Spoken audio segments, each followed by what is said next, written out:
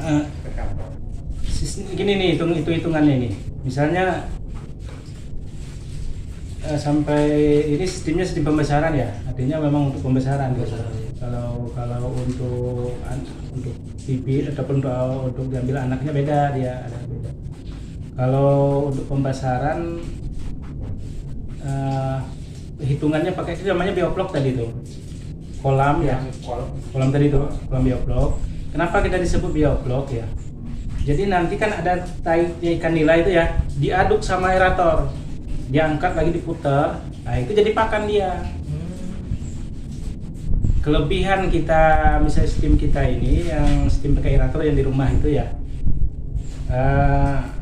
apa ya, menghemat pakan karena limbah yang dihasilkan oleh ikan nila atau taik yang dihasilkan oleh ikan nila itu dimakan lagi, jadi vlog nanti dimakan lagi sama ikan nila.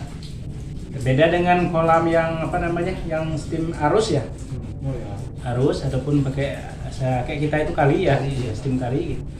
Dia memang nggak ada, hematnya itu kan nggak ada setrum, nggak pakai setrum.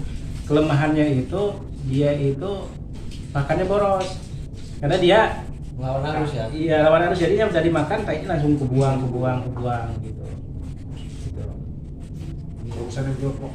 Iya, nanti ikannya beda lagi. Kalau yang arus kebanyakan bukannya ya, yang arus apalagi yang steamnya itu kayak di rawa, kayak model rawa, model yang tanah itu ya, dia ada bau tanah sedikit. Oh, sistem di tanah. Iya, ada bau tanah. Tapi kalau steam bioflok gitu, itu mah enggak gitu. Ikannya lebih gemuk. Karena dia muter aja di situ, makan. Maksimal ya. Misalnya. Iya. Seperti itu. Perbandingannya nantinya kalau untuk kolam arus artinya dari sumber mata air ya, itu umpannya sekitar 1,5 kilo, 1 kilo ikan. 1,5 kilo, 1 kilo ikan. Tapi kalau sistem bioflok, sistem pakai aerator itu 1,2, 1,3 paling banyak. Jadi udah ada pakan yang dihasilkan oleh vlog dari ikan itu sendiri dari dalam itu gitu. Jadi kelemahannya kita itu di setrum, keuntungan kita di pakan. Kalau steam arus itu dia keuntungannya di setrum, nggak pakai setrum, tapi kelemahannya di pakan. Pasti ada min dan plusnya gitu.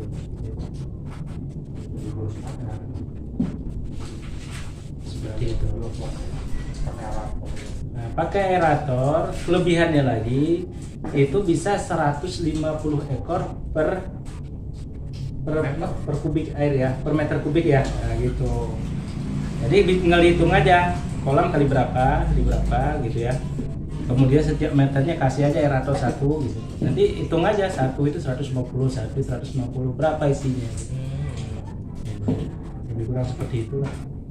Tapi kalau kosong nggak pakai aerator, dia programnya dari awal, dari burayak tadi tuh, burayak masukin hitung-hitungan, nggak boleh lebih dari 35.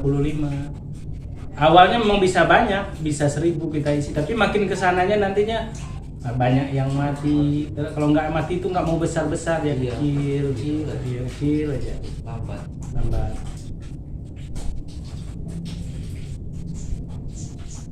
Ya kita belajar ya, jadi ini kesalahan di sini, besok kita belajar lagi. Nggak ada yang namanya orang ahli di bidang ini, nggak ada. Kalau kita lihat ya, nggak ada gitu. Saya lihat dari kakek kita gitu ya, hebat kakek saya pelihara ikan nila. Tapi dengan sekarang nggak ada apa-apanya kakek gitu. Iya, kakek itu cuma punya sumber mata air aja di bendung sini, kolam-kolam kan, seperti itu. Hasilnya juga nggak maksimal, nggak pernah kita lihat misalnya turun 3 kintal, itu nggak ada. Iya, turun misalnya bisa berapa banyak dibikin seperti itu. Orang ikan yang ada yang besar 1, yang kecil. Nggak rata dia. Nggak rata. Kalau misalnya ini memang kita ada campur ya. Kalau memang dari awal tadinya yang sebelah sana itu, yang baru kita bikin itu, nah, itu nanti insya Allah rata. Kemudian kita sortir lagi sama dia nantinya, sortir yang ukuran 2 jari sama 2 jari semua. Gitu. Waktu panen nantinya sekitar lebih kurang 3 bulan 4 bulan ya, nggak sampai 4 bulan, 3 bulan kesananya itu itu ikannya itu kan udah segini, artinya udah 1,5 kilo gitu ya, lebih kurang kan gitu. Walaupun ada yang kecil juga kita bagi dua, jadinya sama dia kecilnya juga bisa dikonsumsi, bukan misalnya 1,6 kilo, 1,6 kilo kayak gitu. Variasi ya. Variasi. Nah, satu lagi itu yang di sana itu nilainya itu nggak mau beranak. Oh ya udah bapak. Iya udah dibilang ya. Iya udah dijantalisasi. Cuma dicampur mati doang bapak itu ya. Iya, campur mati kalau dijantan, iya.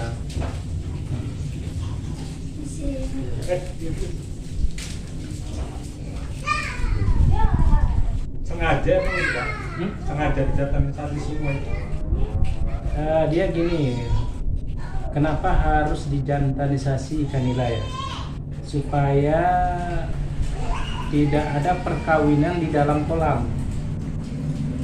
Kalau ada perkawinan ikan di dalam kolam, itu akan menguras energi ikan karena dia selalu memijah di kolam, jadi nggak lambat besarnya. Iya. Nggak mikirin pertumbuhan. Iya. Sekarang ikan nila itu yang misalnya yang induk betinanya ya, ataupun yang betinanya kan jadi banci dia, jadi nggak beranak lagi. Jadi dia makan besar di badan, makan besar di badan. Orang belajar ya. Jadi sekarang udah ada teknologinya. Dulu kita nggak tahu namanya gelembung udara itu kan nggak ada. Nggak ada tuh. Ya. Sekarang nggak usah lagi kita punya lahan, artinya nggak usah punya lahan harus punya sumber mata air, nggak usah. Dimanapun kalau punya niat bisa. Bisa. Bisa di atas, di loteng bisa. Gitu. Penting niat aja, punya kemauan. Gagal itu biasa ya. Ada gagal. Yang kita itu belajar dari kegagalan ya kan. Pasti. Saya bilang satu tahun itu orang nggak ngelirik ke kita gitu. Pasti. Iya. Ah, pasti gitu ya. Iya. Dikit. Tapi setelah kesini itu orang, alhamdulillah ya, orang misalnya sebagian orang di Serang itu udah ngelirik ke kita ya gitu. Walaupun misalnya banyak transaksi nggak kita layani, memang barangnya nggak ada. Artinya kalau bahasanya itu di ikan nila itu kita udah ada gitu. Di Serang ini udah ada namanya gitu ya. Iya.